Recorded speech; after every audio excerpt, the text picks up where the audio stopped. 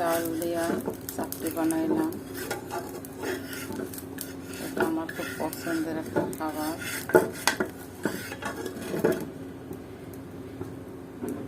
এই যে অনেকগুলো বানিয়েছি।